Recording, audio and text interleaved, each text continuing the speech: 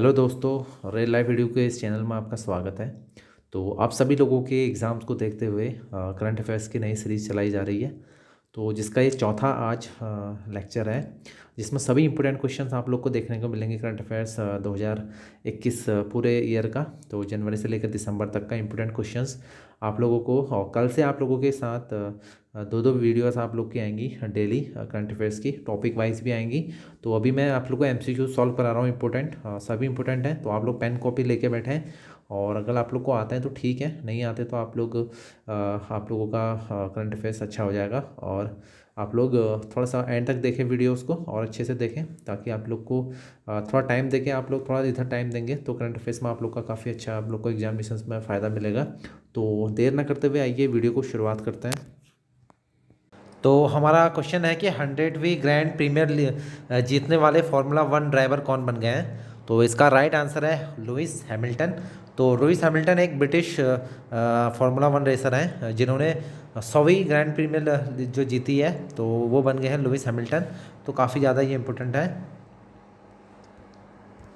अगला क्वेश्चन है कि विश्व तीरंदाजी चैंपियनशिप 2021 किस देश में आयोजित की गई। तो ये की गई अमेरिका में, और भारत ने इसमें 3 सिल्वर मेडल जीते हैं। तो विश्व तीरंदाजी चैंपियनशिप यानी जो तीरंदाजी चैंपियनशिप है 2021, वो अमेरिका में हुई, और इसमें 3 सिल्वर मेडल जीते, याद रखेंगे आप लोग।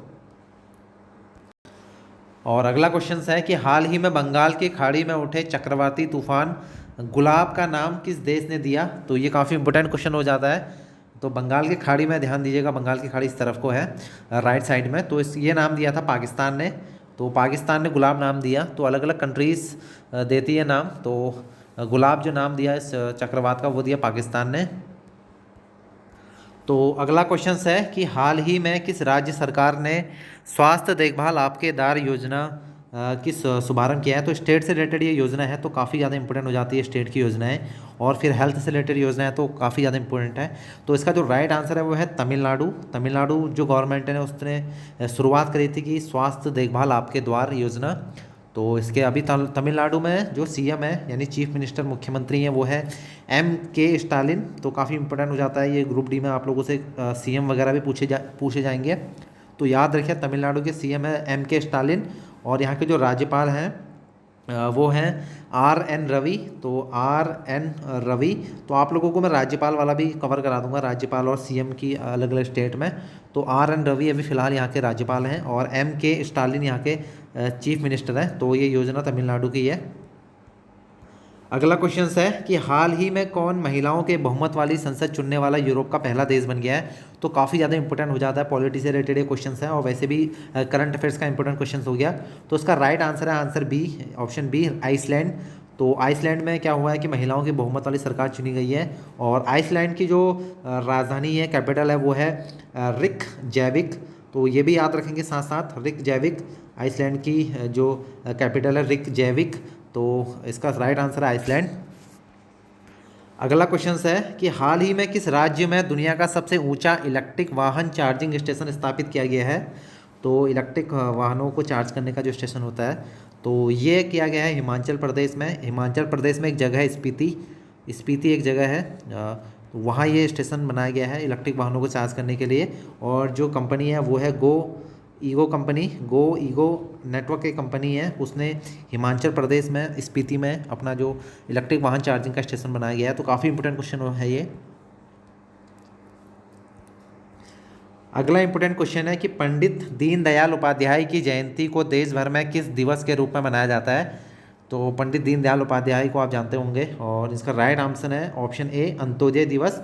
तो अंत्योदय जो दिवस मनाया जाता है, इनकी यहाँ जयंती पे मनाया जाता है। और कब मनाया जाता है, याद रखेंगे 25 सितंबर को ये हर वर्ष इनके उसमें उपलक्ष्य पे मनाया जाता है, इनकी जयंती पे, पंडित दीनदयाल उपाध्याय।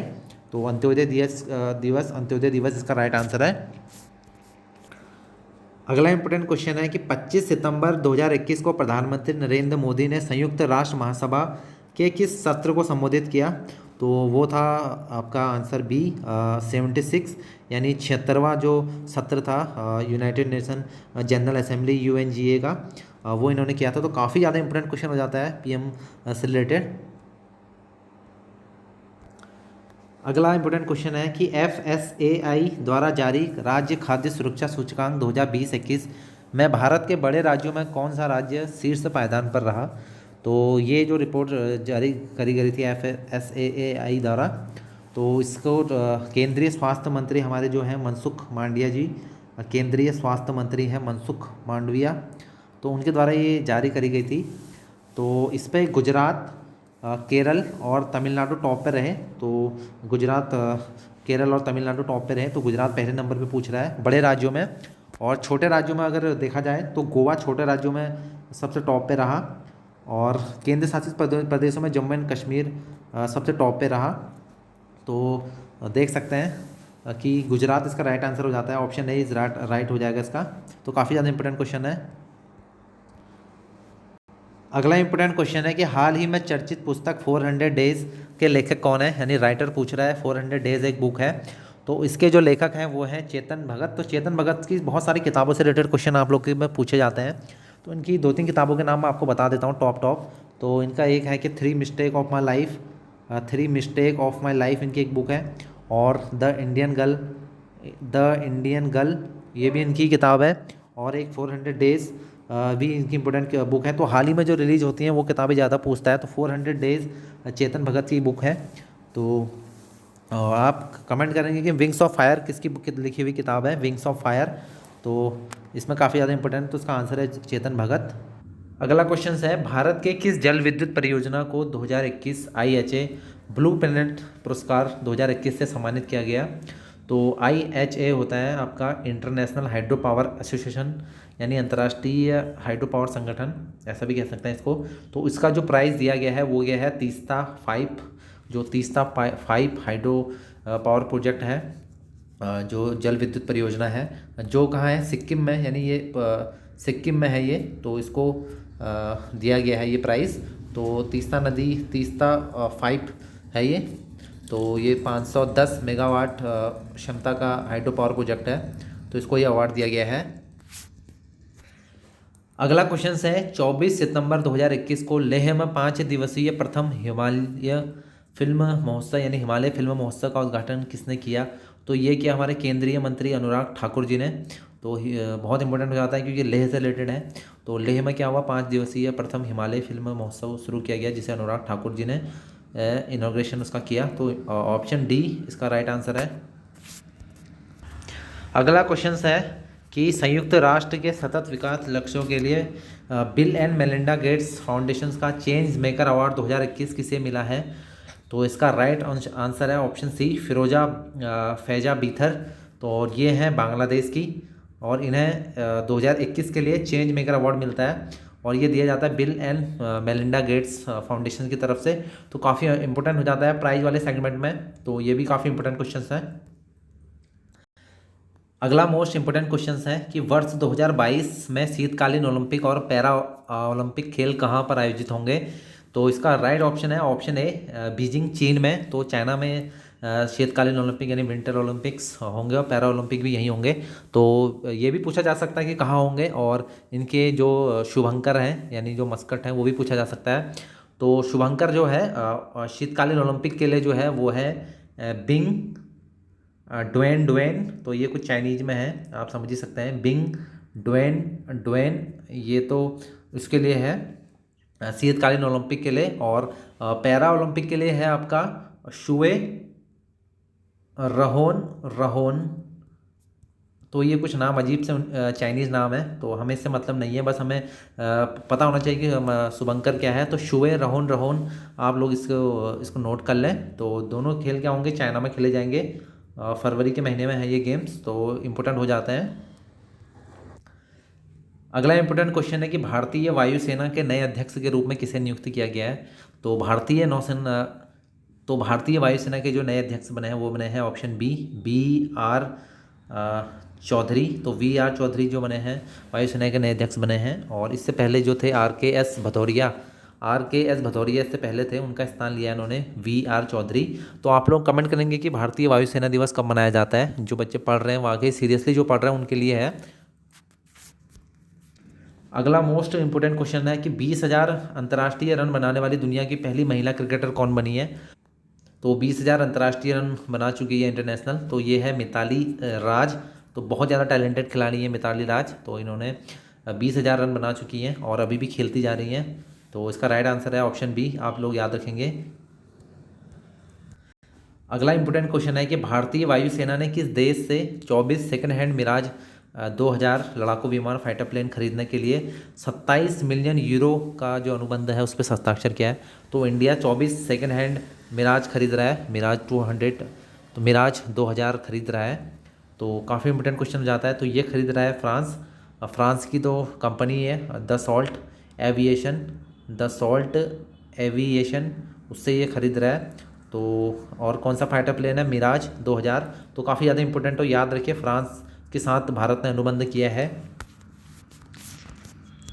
अगला इंपॉर्टेंट क्वेश्चन है कि हाल ही में भारत और किस देश के बीच समुद्र शक्ति अभ्यास का तीसरा संस्करण सुंडा जल डमरू मध्य में हुआ। तो सुंडा जो जल डमरू मध्य है उसमें शुरू हुआ। तो ये है इंडोनेशिया। तो भारत और इंडोनेशिया के बीच में मैंने आप लोग को बताया था एक पहले भी कॉर्पेट, अगर जो बच्चों ने पहला मेरा वीडियो देखा था उसका पहला क्वेश्चन था कि कॉर्पेट एक्सरसाइज हुई थी वो भारत इंडोनेशिया के बीच में थी। और दूसरी एक एक्सरसाइज है समुद्र शक्ति। तो भारत और इंडोनेशिया की जो नेवी है उनके उनमें ये आपस में एक्सरसाइज हुआ था, काफ़ी इंपॉर्टेंट हो जाता है। तो याद रखिए इंडोनेशिया क्या समुद्र शक्ति। अगला मोस्ट इंपोर्टेंट क्वेश्चन है कि हाल ही में एससीओ देशों के संयुक्त आतंकवाद विरोधी अभ्यास, यानी आतंकवाद से लड़ने के लिए इन देश आपस में अभ्यास करते हैं, वो है शांतिपूर्ण मिशन 2021 के छठे संस्करण की मेज़बानी किस देश ने की। तो वो है रशिया। तो रशिया ने एससीओ की छठा एडिशंस की मेज़बानी करी है। और इसका जो पाँचवा जो था वो भारत ने करा था 2018 में। 2018 में भारत ने किया। और छठा जो इसका संस्करण था वो रशिया द्वारा किया जा रहा है एससीओ। तो मुझे आप लोग बताएंगे कि एससीओ की स्थापना कब हुई और किन देशों ने एससीओ की स्थापना की थी। जो बच्चे सीरियसली वाकई में अच्छे से पढ़ रहे हैं, तैयारी करने वाले, कमेंट करें नीचे ज़रूर। तो अगला इंपॉर्टेंट क्वेश्चन है कि हाल ही में भारत और नेपाल के मध्य संयुक्त सैन्य अभ्यास सूर्य किरण। तो याद रखेंगे सूर्य किरण भारत और नेपाल, इसका नेपाल की जो संयुक्त सेना है उसके बीच में होता है एक्सरसाइज, मिलिट्री एक्सरसाइज है ये सूर्य किरण। तो काफ़ी ज़्यादा इंपॉर्टेंट है, एक्सरसाइज भी आप लोग के एग्जाम में पूछी जाती है। तो भारत और नेपाल के बीच में, तो इसका जो 15वां संस्करण था वो कहाँ आयोजित किया गया, तो ये किया गया पिथौरागढ़ में। तो ज़्यादातर दो ही जगह पे किया जाता है, या तो नेपाल में किया जाएगा या उत्तराखंड में किया जाएगा। अगर आप लोगों से ऐसा कोई क्वेश्चन पूछे तो आने वाले टाइम में, तो आप उत्तराखंड को, अगर उत्तराखंड ऑप्शन में है तो उत्तराखंड को जरूर आप लोग टिक करिए। तो ऑप्शन बी पिथौरागढ़ उत्तराखंड में, तो सीमांत जिला है पिथौरागढ़ उत्तराखंड में, बिल्कुल नेपाल से इसकी सीमा लगती है।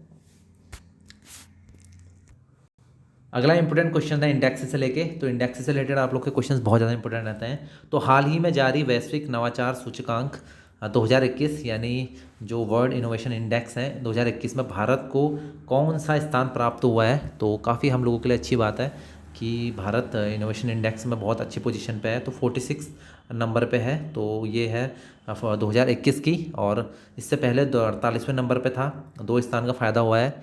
और 2015 में आप देखेंगे तो 2015 में इंडिया 81वें नंबर पे था। तो 81 नंबर से 81 से जंप मार के 46 नंबर पे आ चुका है। तो बहुत अच्छी बात है। तो ये रिपोर्ट जो पब्लिश करती है वो है विश्व बौद्धिक संपदा संगठन, विश्व बौद्धिक संपदा संगठन, विश्व बौद्धिक संपदा संगठन, जिसको WIPO भी कहते हैं। आप इसको शॉर्ट फॉर्म में भी याद कर सकते हैं, WIPO।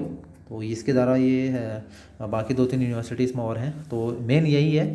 तो इसके द्वारा ये वैश्विक नवाचार सूचकांक, या कह सकते हैं कि वर्ल्ड इनोवेशन इंडेक्स इंग्लिश में बोले तो, अगर एग्जाम में इससे रिलेटेड क्वेश्चन आए तो इंग्लिश में ही पूछ सकता है वो। तो आप लोग को इसको अच्छे से पढ़ के जाना है और इसकी रैंक याद कर लेना, बहुत इंपॉर्टेंट है। आने के चांसेस 100% है ऐसे इंडेक्सों के। तो 46 इसमें है। अगला इंपॉर्टेंट क्वेश्चन है कि हाल ही में राष्ट्रपति रामनाथ कोविंद ने किसे राष्ट्रीय फ्लोरेंस नाइटिंगेल पुरस्कार 2020 प्रदान किया। तो पहले तो ये जान लीजिए कि फ्लोरेंस नाइटिंगेल पुरस्कार किसे दिया जाता है। तो ये नर्सों को दिया जाता है बेसिकली, जो नर्स काम करती हैं, अच्छा काम करती हैं। तो 2020 के लिए ये दिया गया था, option B, brigadier SV Saraswati को। और इसमें 50,000 रुपये और प्रशस्ति पत्र इसमें पुरस्कार में दिया जाता है। और स्वास्थ्य और परिवार कल्याण मंत्रालय, यानी स्वास्थ्य और परिवार कल्याण मंत्रालय द्वारा ये दिया जाता है ये पुरस्कार, जिसमें 50,000 रुपये की राशि दी जाती है। तो ये 2020 के लिए जो दिया गया वो ब्रिगेडियर एस वी सरस्वती को दिया गया। और 2021 के लिए भी आप लोग को बता देता हूँ, 2021 के लिए ये दिया गया भानुमति घिवला को, भानुमति घिवला को ये पुरस्कार दिया गया। तो ये जो अच्छा काम करते हैं नर्स, जो नर्स के क्षेत्र में अच्छा काम करते हैं, तो उन लोगों को दिया जाता है। राष्ट्रपति रामनाथ कोविंद द्वारा दिया गया। तो ऑप्शन बी फिर से याद रखिए, बहुत ज़्यादा इंपॉर्टेंट क्वेश्चन है। तो अगला इंपॉर्टेंट क्वेश्चन है कि हाल ही में 112 जिलों में कक्षा 6 से 12 तक के छात्रों को मुफ्त शिक्षा देने के लिए नीति आयोग ने किसके साथ साझेदारी करी है। तो पार्टनरशिप पूछ रहा है। नीति आयोग ने क्लास 6 से लेकर 12 तक के बच्चों के लिए मुफ्त जो फ्री एजुकेशन के लिए किसके साथ टाई अप किया है। तो वो है बायजूस। अगर आप लोग ऑनलाइन स्टडी करते हैं तो आप लोग को पता होगा, बायजूस एक ऑनलाइन प्लेटफॉर्म है। तो नीति आयोग ने इसके साथ टाई अप किया हुआ है। किसके लिए? एजुकेशन, फ्री एजुकेशन के लिए 112 जिलों में, तो क्लास 6 से लेकर 12th तक का। तो बहुत अच्छा ये निर्णय लिया है नीति आयोग ने। के द्वारा मध्य प्रदेश के जबलपुर में उज्ज्वला 2.0 योजना की शुरुआत की गई। तो ये की गई हमारे अमित शाह द्वारा, केंद्रीय गृह मंत्री हैं अमित शाह। तो अमित शाह द्वारा ये शुरू की गई। तो शुरुआत में ये जब 1 मई 2016 को उज्ज्वला योजना शुरू करी गई थी। तो इसके अंतर्गत शुरू में 5 करोड़ गैस कनेक्शन यानी एलपीजी गैस कनेक्शन बांटे गए महिलाओं को। बेसिकली ये पर्यावरण प्रदूषण से होने वाले जो होता है, आप लोग देखते हैं घरों में जितने भी जलाए जाते हैं लकड़ी वगैरह, उससे निजात पाने के लिए शुरू में 5 करोड़ कनेक्शन देने की बात कही गई। तो 2018 में फिर इसको बढ़ा दिया गया, 8 करोड़ कनेक्शन कर दिया गया, यानी 3 करोड़ एक्स्ट्रा बढ़ा दिए गए। तो टोटल 8 करोड़ कनेक्शन दिए गए। तो अभी इसकी फिर शुरुआत हो रही है 2.0, उज्ज्वला 2.0। तो इसमें 20 लाख कनेक्शन देने की, एलपीजी कनेक्शन देने की बात हो रही है।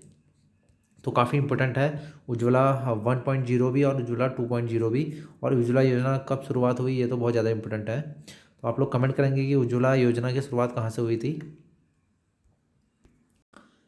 अगला इंपॉर्टेंट क्वेश्चन है कि संघाई सहयोग संगठन, जिसे एससीओ के नाम से जाना जाता है, उसका नवा सदस्य कौन बना है। तो 8 सदस्य थे, उसमें नवा सदस्य जो ऐड हुआ है, काफ़ी इंपॉर्टेंट क्वेश्चन है। तो स्टार क्वेश्चन है। तो नवा सदस्य कौन बना है हाल ही में। तो इसका राइट आंसर है ईरान। ईरान इसका नवा सदस्य देश बना है। तो इसके जितने भी कंट्रीज़ हैं, 8 कंट्रीज़ थी पहले, आप लोग को बता देता हूँ कौन कौन थी। तो एक तो थी चीन, आप सब नोट कर ले, चाइना, रसिया, किर्गिस्तान, ये मध्य एशिया के देश हैं, और कजाकिस्तान, ताजिकिस्तान और उज्बेकिस्तान और भारत और पाकिस्तान इसके सदस्य देश हैं। और बाकी इसमें ऑब्जर्वेशन कंट्री होती हैं, 4 ऑब्जर्वेशन कंट्रीज़ हैं, जिसमें पहले ईरान थी, अब ईरान को हटा के वहाँ से पूर्ण सदस्य देश बना दिया गया है। तो टोटल 9 इसमें सदस्य देश हो गई है। और इसकी स्थापना भी पूछ सकता है, 2001 में इसकी स्थापना हुई थी एससीओ की, संघाई कॉरपोरेशन की। तो इसकी स्थापना पूछ सकता है, तो इसकी स्थापना पूछ सकता है। काफ़ी ज़्यादा इंपॉर्टेंट क्वेश्चन है। अगला इंपॉर्टेंट क्वेश्चन है इसी से रिलेटेड। तो किस देश की अध्यक्षता में संघाई सहयोग परिषद की राष्ट्राध्यक्षों की 21वीं बैठक आयोजित की गई। तो भारत ने इस बैठक में पूर्ण सदस्य के रूप में भाग लिया। तो यह हुई थी आपके ताजिकिस्तान में। इसका राइट आंसर है ऑप्शन डी। ताजिकिस्तान की जो एक जगह है दुशांबे, तो दुशांबे में ये बैठक हुई थी 2021 में, तो एससीओ की। तो काफ़ी ज़्यादा इंपॉर्टेंट क्वेश्चन है ये। अगला इंपॉर्टेंट क्वेश्चन है, 17 सितंबर को राष्ट्रपति रामनाथ कोविंद ने किस राज्य विधानसभा के विशेष सत्र को संबोधित किया। तो ये किया है हिमाचल प्रदेश। हिमाचल प्रदेश का राइट ऑप्शन है ऑप्शन डी।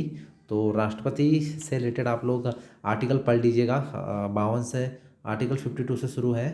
तो रामनाथ कोविंद जी ने हिमाचल प्रदेश की विधानसभा को संबोधित किया था। काफ़ी ज़्यादा इंपॉर्टेंट क्वेश्चन। तो यही ऐसे ही क्वेश्चन आप लोग के एग्जाम में पूछे जाते हैं कि आप लोग सोचते हैं कि क्वेश्चन कहाँ से पूछा जाता है। तो यही इंपॉर्टेंट क्वेश्चन है, आप लोग को हार्ड लगते हैं वहाँ जाके, फिर आप लोगों से सॉल्व नहीं होते हैं। तो ये ऐसे इंपॉर्टेंट क्वेश्चन मैं आप लोग को करा रहा हूँ सारे। तो अगला इंपॉर्टेंट क्वेश्चन है कि हाल ही में नोवाक जोकोविच ने किस ग्रैंड स्लैम टूर्नामेंट में पुरुष एकल का खिताब जीता है। तो अलग अलग होते हैं इसमें, ये खाली मैन सिंगल का पूछ रहा है एक। तो इसमें तीनों जीते हैं, ऑस्ट्रेलियन ओपन भी जीता है, फ्रेंच ओपन भी जीता है और विंबलडन भी जीता है। तो सबसे पहले साल के सबसे पहले में ऑस्ट्रेलियन ओपन होता है, अब याद रखना।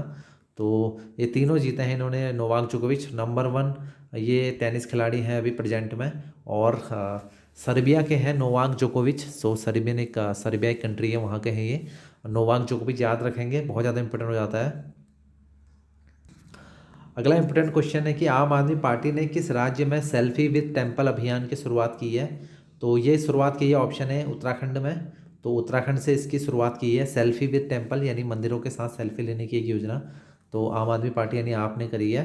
तो ये बहुत ज़्यादा इंपॉर्टेंट क्वेश्चन हो जाता है इस तरीके के छोटे छोटे क्वेश्चन। अगला इंपॉर्टेंट क्वेश्चन है और लास्ट क्वेश्चन है आप लोगों के लिए। तो जैसे ही आप लोग डेली आप लोगों के लिए सीरीज आते रहेगी, वीडियो सीरीज, और टॉपिक वाइज आप लोग को मैं कराऊंगा। और टेंशन मत लीजिए, सारा करंट अफेयर्स आपका कवर होगा हर टॉपिक से।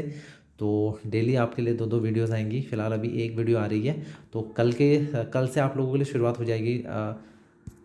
तो कल से आप लोगों के लिए शुरुआत हो जाएगी नई वीडियोस की। तो लास्ट क्वेश्चन आप देख लेते हैं, इंपॉर्टेंट क्वेश्चन है। तो विश्व ओजोन दिवस किस तिथि को मनाया जाता है। तो वर्ल्ड ओजोन डे मनाया जाता है 16 सितंबर को। ओजोन के अवेयरनेस के लिए मनाया जाता है। तो इस बार की जो थीम रही 2021 की थीम पूछ सकता है आप लोगों के लिए।